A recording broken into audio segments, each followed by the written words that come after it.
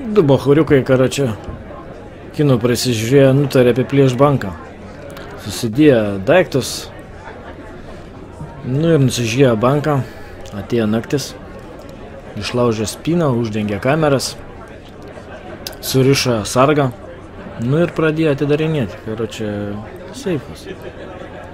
Nu ir suprantate, atidaro vieną, o ten žiūri ne babkės, o jogurtą.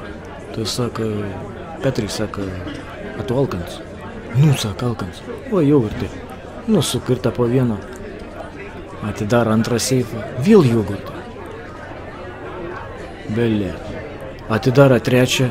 Vėl jogurtai. Liet nesuprant su to jogurtai. Prie to sargą atėjo. Atrišo akis, atidarė burną. O girdi, sako, kaip čia supras, blėt. Ne babkė, sako, seifuose, jogurtai. Sarg sako, vyrai, tai kad čia ne jogurtai, čia sperma. Kaip supras sperma? Tai jūs spermos banką afogėt.